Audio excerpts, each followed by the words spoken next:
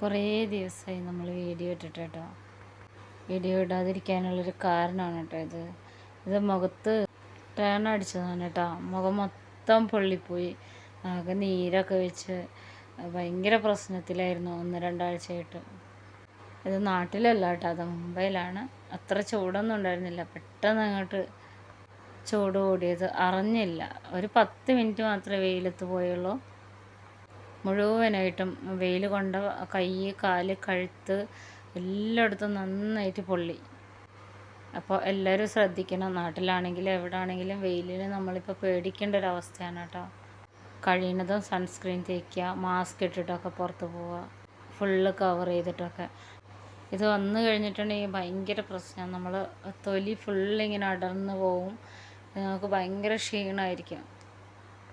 നമ്മൾ ഈ പൊള്ളിയിട്ട് ഇങ്ങനെ കുമിള വരില്ലേ, അതുപോലെയൊക്കെ വരും. കണ്ടില്ലേ, എൻ്റെ കണ്ണിൻ്റെ ചുറ്റുമൊക്കെ ഇങ്ങനെ വീർത്ത് വന്നിട്ട് അത്രയും പ്രശ്നത്തിലായിരുന്നു. ഇപ്പോഴത്തെ ചൂടിന് എല്ലാവരും കാര്യമായി തന്നെ എടുക്കണം. അത്രയും പ്രശ്നമാണ് കേട്ടോ. എൻ്റെ മുഖം കണ്ടാൽ തന്നെ അറിയാൻ പറ്റും, ശരിക്കും ആകെ ഇരുണ്ട്, ശരിക്കും പൊള്ളലേറ്റ പോലെ തന്നെയാണ് ഉണ്ടായിരുന്നത്. ഇതിപ്പോൾ ഒരു 4-5 ദിവസമായിട്ടൊന്ന് റിക്കവർ ചെയ്ത് വരുന്നതേ ഉള്ളൂ കേട്ടോ. ഫുള്ള് തൊലിയൊക്കെ ഊരിപ്പോയി. അപ്പോൾ ഇതൊക്കെ ഒന്ന് ശരിയായിട്ട് ഇനി വീഡിയോ ഒക്കെ ഇടാൻ പറ്റുള്ളൂ കേട്ടോ.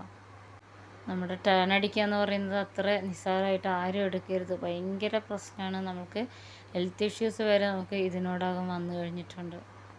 വെള്ളമൊന്നും ഒഴിക്കാൻ പറ്റില്ല കേട്ടോ, നല്ല പൊള്ളലാണ്, നല്ല നീറ്റലൊക്കെയാണ്. അപ്പോൾ എല്ലാവരും ഈ ഒരു ചൂടിനെ നിസ്സാരമായിട്ട് കാണരുത്. അത്രയും പ്രശ്നത്തിലായിരുന്നു കേട്ടോ. അപ്പോൾ 2 ദിവസമായിട്ടൊന്നും വലിയ കുഴപ്പമില്ലാതെ നീറ്റിരിക്കാൻ തുടങ്ങിയപ്പോൾ ഞാൻ എടുത്തതാണ് കേട്ടോ ഈ വീഡിയോ. ചൂടിനെ ആരും അവഗണിക്കരുത്. ഇതാണ് ഇപ്പോഴത്തെ ഒരവസ്ഥ.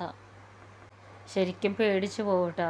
ഡോക്ടേഴ്സൊക്കെ പറയുന്ന പോലെ 10 മണി മുതൽ 3 മണി വരെയുള്ള വെയിലൊന്നും കഴിയണതും കൊള്ളാതിരിക്കുക കേട്ടോ. നമ്മുടെ ഇപ്പോഴത്തെ ഈ ഒരു ചൂടിനെ ആരും അവഗണിക്കാതിരിക്കുക. എല്ലാവരും സേഫായിട്ട് വീട്ടിലിരിക്കുക. കാലത്തല്ലെങ്കിൽ വൈകിട്ടൊക്കെ പുറത്തിറങ്ങുക. അത്ര ഡേഞ്ചറാണ് കേട്ടോ. എനിക്കിപ്പോൾ അത് അനുഭവത്തിൽ വന്നപ്പോഴാണ് ഇതിൻ്റെ ഒരു മറ്റ് വശങ്ങളൊക്കെ മനസ്സിലാവുന്നത്. ഇത് ഏൽക്കുന്നത് മാത്രമല്ല, ഇതിനിടയിൽ ഉണ്ടാവുന്ന മറ്റുള്ള ബുദ്ധിമുട്ടുകളും. അപ്പോൾ എല്ലാവരും സേഫായിട്ടിരിക്കുക.